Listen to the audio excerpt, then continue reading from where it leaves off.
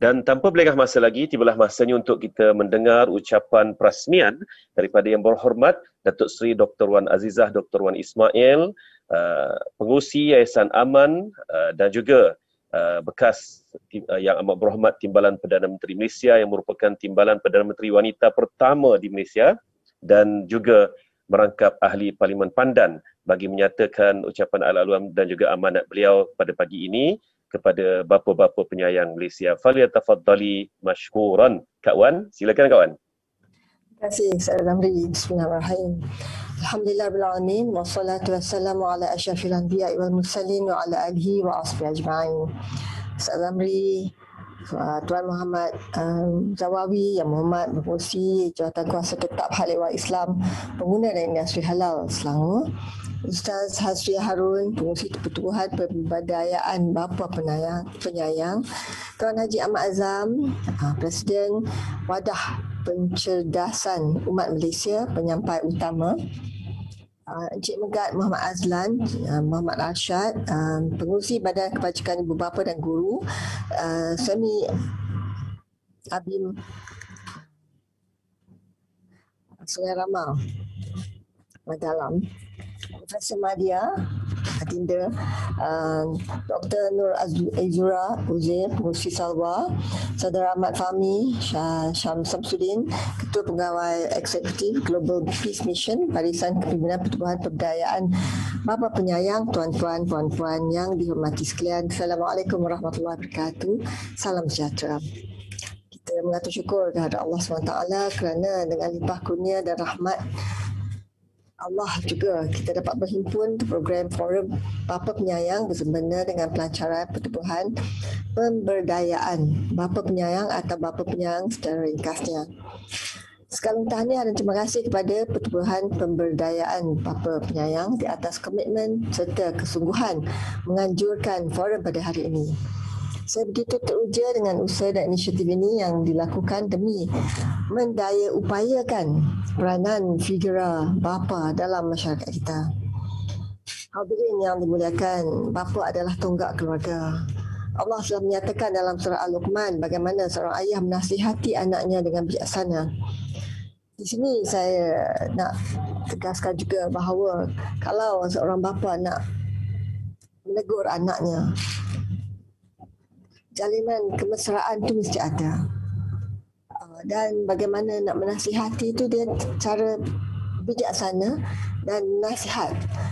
Dan tak usah berfikir-fikir kan, dalam Quran ni Allah katakan bapa yang memberikan nasihat.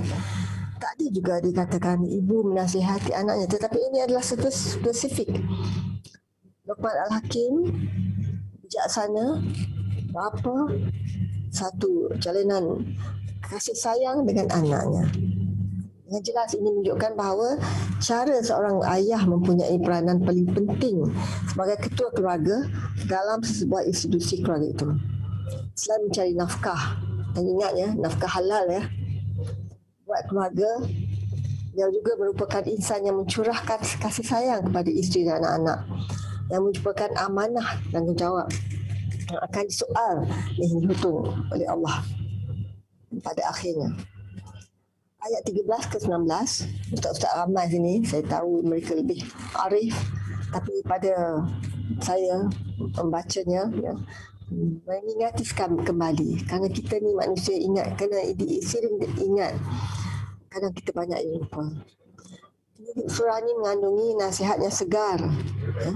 Antaranya, jangan sekali-kali menyekutukan Allah, mempersekutukan Allah. Kerana sesungguhnya syirik itu adalah penganiayaan kepada diri kita yang besar. Buat baiklah kepada orang tua kita, kerana mereka sudah banyak berjasa dan mendidik dan memberi kasih sayang kepada kita. Tetapkanlah buat baik kepada ibu bapa kita, walaupun mereka bermaksa mempersekutukan Allah. Itu jangan ikut, tetapi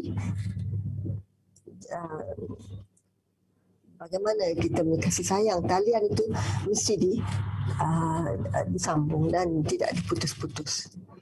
Tidaklah sedar bahawa setiap manusia itu sentiasa berada dalam pengawasan Allah.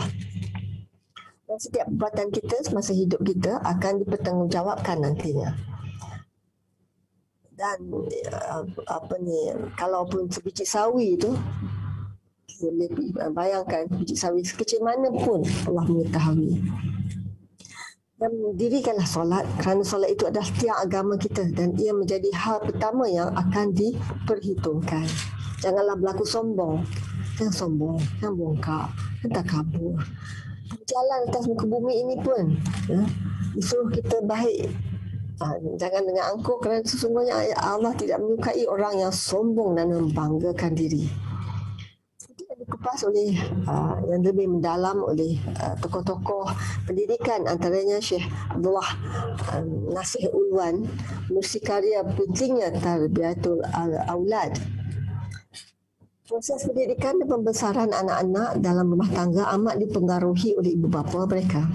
Kerana itu ibu bapa lah yang akan membentuk acuan seorang anak. Dalam mendepani cabaran pendidikan anak-anak dan keutuhan institusi keluarga dalam dunia kontemporari yang amat mencabar, peranan penting ibu bapa sebagai role model turut ditekankan oleh cendekiawan Islam Dr. Hisham Al-Talib dan Profesor Abdul Hamid Abu Sulaiman melalui karya penting tulisan mereka Parent-Child Relations, A Guide to Raising Children yang diterbitkan oleh IIIT, International Institute of Islamic Thought. Ini saya juga berkesempatan meluncurkan terjemahan buku ini ke dalam bahasa Melayu sewaktu saya khidmat sebagai Timbalan Perdana Menteri dulu. Saya nak ungkapkan daripada sini such a foundation of righteousness strengthens the child's immunity against the rampant temptations around us. We cannot rely solely on external policing to protect society.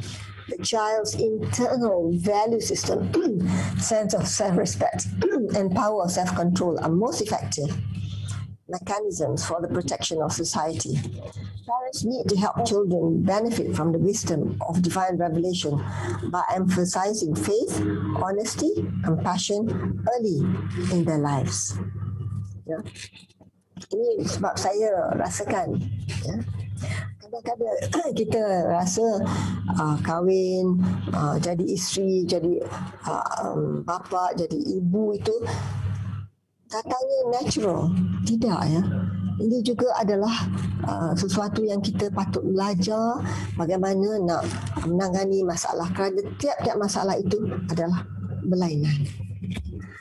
Jadi ini semuanya benarlah ianya bersesuaian dengan anjuran yang diungkapkan melalui nasihat Luqman Al-Hakim melalui ayat 18 surah Al-Luqman. Janganlah kamu memalingkan wajah dari manusia kerana sombong, ya. Dan janganlah berjalan di atas bumi ini dengan angkuh. Sesungguhnya Allah tidak menyukai orang-orang yang sombong dan membanggakan diri.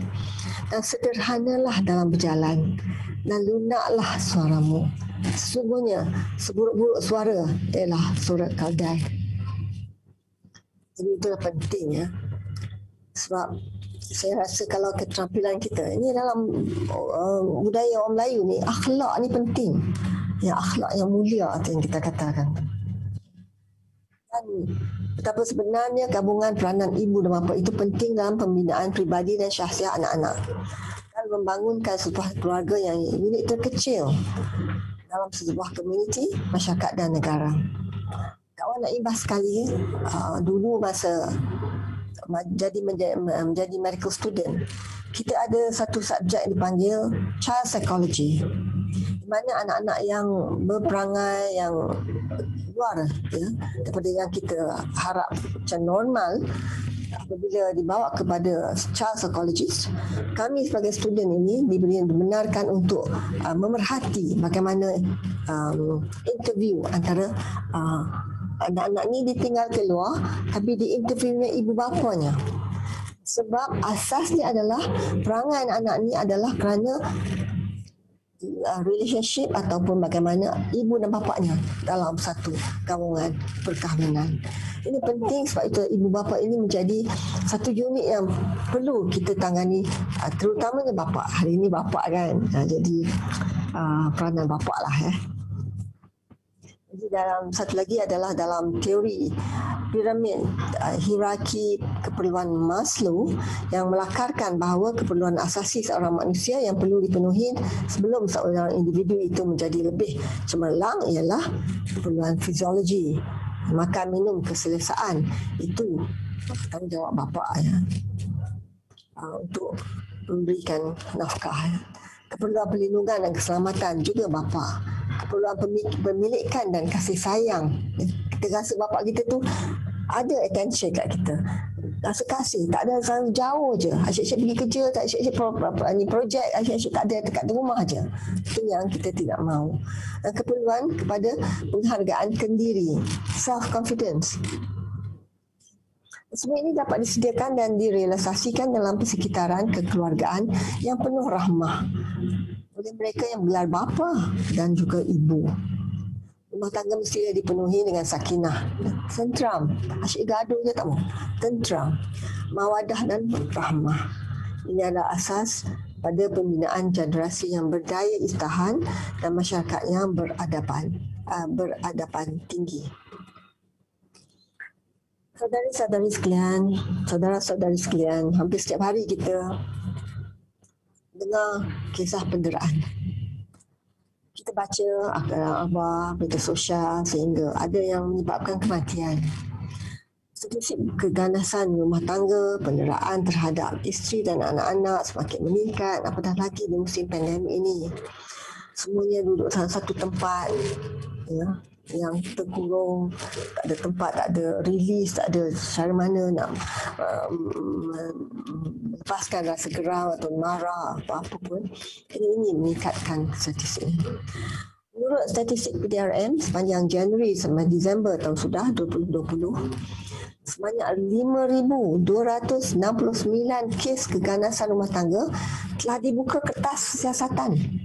Manakala merujuk pada statistik talian kasih KPWKM, dalam tempoh yang sama, 2,540 kes keganasan rumah tangga telah diterima. Bagi 4 bulan pertama tahun ini, Januari sampai April, sebanyak 902 kes keganasan rumah tangga telah dilaporkan. Ini kita petik daripada Berita Harian 4 Mei 2021. Kita tidak ingin perkara ini membentuk pemikiran anak-anak kita bahawa keganasan itu normal. Biasalah. Dan kita nak mereka tidak mahu mereka fikirkan ini bukan jenayah dan akhirnya menyebabkan mereka juga melakukan perkara yang sama apabila mereka besar, berumah tangga, dan ini menganggapkan ini adalah normal biasa. Dan ini menjadi satu kitaran ganas. Kita mesti hentikan keadaan ini. Wajib kembali kepada fitrah kasih sayang antara kita sesama kita, terutama isteri. Masa dulu belum kahwin kan, rasa kasih, rasa nak tak nak dengan siapa lain dah. Iyalah. Dan pas kahwin itu memanglah kita ada merasakan bahawa nak duduk sekali ni memang adalah sikit-sikit sama-sama tu, dan berkatakan rahmah tu. Abaikanlah kalau ada apa-apa rasa macam irritation ke apa ke, tu istilah kita fikirkan bersama dan buatkan persekitaran yang sakinah, tenang, tidak yang dimuliakan. Rasulullah SAW adalah seorang teladan yang terbaik untuk kita sebagai seorang pemimpin dan juga bapa dalam sebuah institusi kekeluargaan. Antara ciri-ciri personaliti seorang bapa yang ditunjukkan oleh Rasulullah yang tercatat dalam Quran adalah sabar, ikhlas, mencari rezeki halal dan nafkah, menjadi pendidik dan pembimbing utama anak-anak, berakhlak mulia dan menjadi contoh ikutan anak-anak, dan bergaul melayani anak-anak dengan kasih sayang. Kita bukan semualah apa-apa sekarang takkan jadi Rasulullah ya, takkan jadi Nabi kan, tapi boleh ada ciri-ciri itu yang boleh kita sama-sama kembangkan. Saya di kesempatan ini menyuruhlah, marilah kita lihat pada diri masing-masing, muhasabah, janji untuk memperbaiki hubungan dengan anak-anak. Mesti ada punya. Ya. Mudah-mudahan ini dapat kita meninggalkan legasi yang baik kepada mereka dan mereka terdalani dan mengingati kita apabila kita tak ada lagi dalam dunia ini. Jadi kalau dunia ini kita sementara kan, kita tinggalkan pada anak-anak kita supaya dia ingat bapa kau yang sebab macam ni, mak kau yang sebab macam ni. Itu menjadi teladan yang baik dan insya-Allah kita dapat pahala yang berterusan.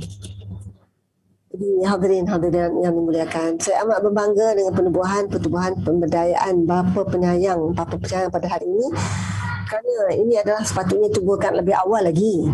Sebab apa? Kadang orang ketawa, ya. Apa persatuan bapa penting. Bapa yang penyayang, bapa yang understanding, bapa yang menjadi segala-galanya tunggak keluarga itu. Itu yang menyebabkan saya dia flow through ya pada keluarga, isteri dan keluarga, insya-Allah. Jadi saya meletakkan harapan yang tinggi menggunung agar pertubuhan ini dapat memainkan peranan yang bermanfaat dalam membina peribadi seorang bapa yang baik.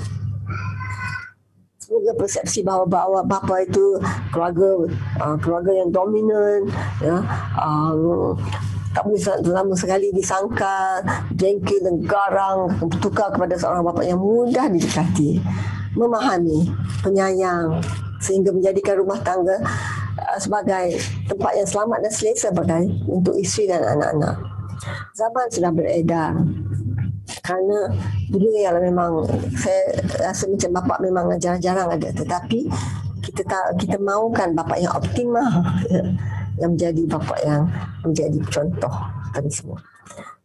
Jadi kesempatan ini juga saya ingin mengucapkan selamat Hari Bapa pada semua yang menggelar bapa, bakal-bakal bapa.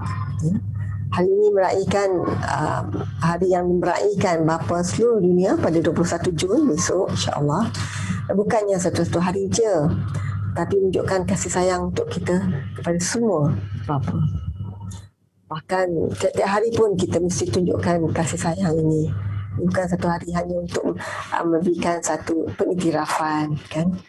Saya mendoakan agar forum ini akan berjaya dan mencapai objektifnya.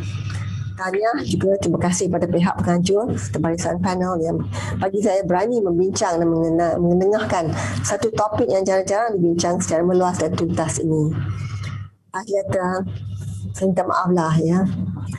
Memang saya terkesan sikit dengan pembagian besan saya sebab dia telah saya susah, dia telah tolong kami, dan dia juga tempat saya hantar anak-anak saya masa kecil-kecil, sebab dia masa tu ada satu macam tadika ataupun after school tuition. Itu yang saya rasa terkesan sikit. Dan usia muda 57 tahun. Jadi tiap-tiap yang bergelar bapa itu jaga-jagalah diri masing-masing. Jagalah kesihatan, ini juga amanah, ya. Dan dengan itu juga saya mendoakan agar negara kita ini keluar dari krisis pandemik COVID-19 ini, dan agar suasana kehidupan kita pulih kepada yang lebih baik lagi. Sekali ada banyak masalah. Sebab saya dulu dekat kementerian memang banyak masalah. Tetapi kita dalam pandemik ini kita belajar apa yang sepatutnya kita belajar dari ini. Apa yang Allah nak turunkan kepada kita ini supaya kita belajar, kita insaf, kita tahu, kita muhasabah. Itu yang pentingnya. Sebab tiap ujian adalah untuk kita memperbaiki diri kita, insya-Allah. Inilah lafaz bismillahirrahmanirrahim. Saya dengan sukacita merasmikan program Forum Bapa Penyayang dan melancarkan pertubuhan pemberdayaan bapa penyayang bersempena sambutan Hari Bapa, Hari Ibu Bapa tahun 2021. Wabillahi taufiq wal hidayah. Wassalamualaikum warahmatullahi wabarakatuh.